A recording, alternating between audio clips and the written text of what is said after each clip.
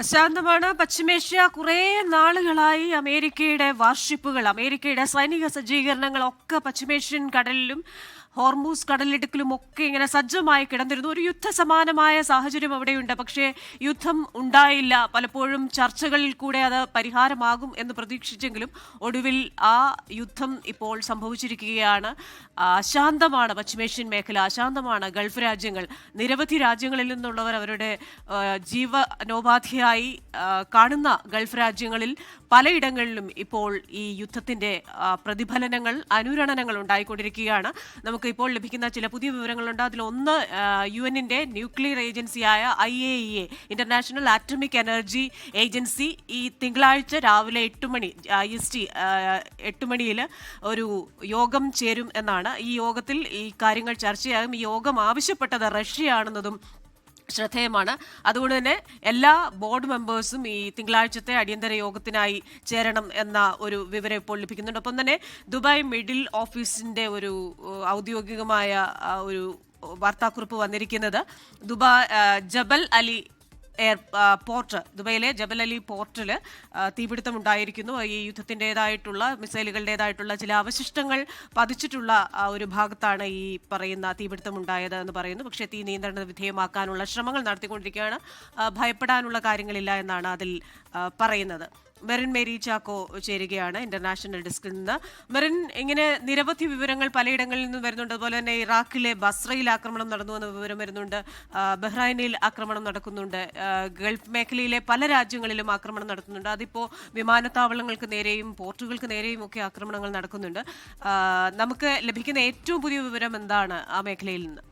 Christina, ആശങ്കയുടെ മണിക്കൂറുകൾ തന്നെയാണ് കടന്നുപോകുന്നത്. ഗൾഫ് മേഖലയിലെ അമേരിക്കൻ സൈനിക താവളങ്ങൾ കേന്ദ്രീകരിച്ചുള്ള ആക്രമണം തുടരുന്നു. ഇസ്രായേലിലും എല്ലാം തന്നെ ആക്രമണങ്ങളും തിരിച്ചടികളും തന്നെ തുടരുന്ന സാഹചര്യമാണുള്ളത്. നേരത്തെ തുറമുഖങ്ങൾ കേന്ദ്രീകരിച്ചും സൈനിക കേന്ദ്രങ്ങൾ കേന്ദ്രീകരിച്ചും സൈനിക താവളങ്ങൾ കേന്ദ്രീകരിച്ചും ഇപ്പോൾ ആക്രമണം തുടരുകയാണ്. അതിൽ ഇപ്പോൾ ഏറ്റവും സുപ്രധാന കാര്യമെന്ന് പറയുന്നത് ഇറാന്റെ പരമോന്നത നേതാവായിട്ടുള്ള ആയത്തുള്ള ഖമനേയി കൊല്ലപ്പെട്ടു എന്നുള്ള വിവരവും പുറത്തു വരുന്നുണ്ട്. അത് US പ്രസിഡന്റ് ഡൊണാൾഡ് ട്രംപും ഇസ്രായേൽ പ്രധാനമന്ത്രി ബെഞ്ചമിൻ നെതന്യാഹുവും പറയുമ്പോഴും ഇറാൻ അത് സ്ഥിരീകരിക്കേണ്ടതുണ്ട്. അത്തരത്തിലൊരു സ്ഥിരീകരണം, ഔദ്യോഗികമായിട്ടുള്ളൊരു സ്ഥിരീകരണം വന്നിട്ടില്ല. എന്നാൽ ഇപ്പോൾ വാർത്തകൾ വരുന്നത് ഈ ഖമനേയി കൊല്ലപ്പെട്ടതിന് പിന്നാലെ ഇറാനിൽ ആഘോഷം തുടങ്ങി, ജനം തെരുവിലിറങ്ങി ആഘോഷിക്കുന്നു എന്നുള്ള വാർത്തകൾ വരുന്നുണ്ട്. എന്തായാലും ഒരു ഭരണമാറ്റത്തെ അവർ സ്വാഗതം ചെയ്യുന്നു എന്നുള്ള ഒരു വിവരങ്ങൾ തന്നെ പുറത്തു വരുന്നുണ്ട്. നേരത്തെ തന്നെ അവിടെ പ്രക്ഷോഭമുണ്ട്. ഖമനേയി ഭരണകൂടത്തിനെതിരെ ശക്തമായ എതിർപ്പുകൾ ശക്തമായി തുടരുന്ന ഒരു സാഹചര്യത്തിൽ തന്നെയാണ് ഇപ്പോൾ ആണവ വിഷയത്തിൽ ഇറാനും അതുപോലെ തന്നെ അമേരിക്കയും തമ്മിലുള്ള ചർച്ചകൾ തുടർന്നത്. അതിൽ അമേരിക്ക അന്ന് US പ്രസിഡന്റ് ഡൊണാൾഡ് ട്രംപ് അന്ന് പറഞ്ഞത് ഈ പ്രക്ഷോഭകർക്ക് പിന്തുണ നൽകിയിരുന്നു. നിങ്ങൾ തെരുവിലിറങ്ങണം, ഈ ഭരണകൂടത്തിനെതിരെ ആഞ്ഞടിക്കണം അല്ലെങ്കിൽ പ്രതിഷേധിക്കണമെന്ന് അന്ന് ട്രംപ് ഈ പ്രതിഷേധിക്കുന്ന ജനങ്ങളോട് ആഹ്വാനം ചെയ്തിരുന്നു. അതിന് പിന്തുണച്ചുകൊണ്ട് തന്നെയാണ് ജനം തെരുവിൽ ഇറങ്ങിയതും. പ്രവാസത്തിൽ കഴിയുന്ന റേസ പെഹ്ലവിയും ഇപ്പോൾ ഇറാനിൽ ഒരു ആഘോഷത്തിന്റെ ദിനം വന്നിരിക്കുന്നു എന്ന് പറയുന്നു. ഇറാന്റെ പരമോന്നത നേതാവും അതുപോലെ തന്നെ ഒരു സുപ്രീം കമാൻഡർ ഇൻ ചീഫ് കൂടിയാണ് ആയത്തുള്ള ഖമനേയി എന്ന് പറയുന്നത്. ഇപ്പോൾ 89 വയസ്സാണ്. ആയത്തുള്ള റൂഹുള്ള ഖമനേയിയുടെ പിൻഗാമിയായാണ് അദ്ദേഹം സുപ്രധാനമായി ഭരണ നേതൃത്വത്തിലേക്ക് വരുന്നത്. ആദ്യം ഒരു മതപുരോഹിതനായിരുന്നു. ഈ ആയത്തുള്ള റൂഹുള്ളയുടെ പ്രാർത്ഥനകളിലെല്ലാം ഒരു മതപുരോഹിതനായി പങ്കെടുക്കുകയായിരുന്നു. പിന്നീടാണ് ഇറാന്റെ സുപ്രധാന നേതൃത്വത്തിലേക്ക് ഈ ആയത്തുള്ള അലി ഖമനേയി വരുന്നത്. അദ്ദേഹത്തിന്റെ മകനെ പിൻഗാമിയാക്കും എന്നുള്ള വാർത്തകളെല്ലാം തന്നെ വന്നിരുന്നു. എന്നാൽ കടുത്ത നിലപാടുകളോട് ഇറാനിലെ ജനത ശക്തമായി തന്നെ പ്രതികരിച്ചിരുന്നു.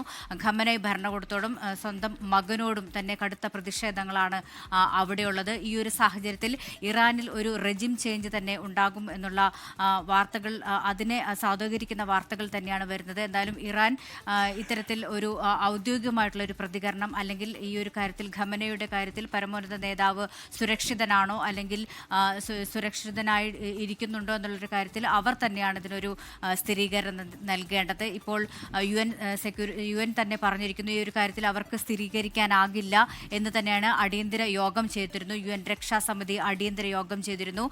ഖമനേയി ജീവിച്ചിരിപ്പുണ്ടോ അല്ലെങ്കിൽ സുരക്ഷിതനാണോ എന്ന് പറയേണ്ടത് തങ്ങൾക്കാകില്ല എന്ന് തന്നെയാണ് ഇപ്പോൾ UN സെക്യൂരിറ്റി കൗൺസിൽ അല്ലെങ്കിലും UN രക്ഷാസമിതിയും ഇപ്പോൾ പറഞ്ഞിരിക്കുന്നത്. ലോകത്തെവിടെയായാലും ഏത് സമയത്തും 24 വാർത്തകളും ഓഗ്മെന്റഡ് റിയാലിറ്റി പാക്കേജുകളും എക്സ്പ്ലെയിനറുകളും വിശദമായി കാണാൻ ഞങ്ങളുടെ യൂട്യൂബ് ചാനൽ നിങ്ങൾക്ക് സബ്സ്ക്രൈബ് ചെയ്യാം.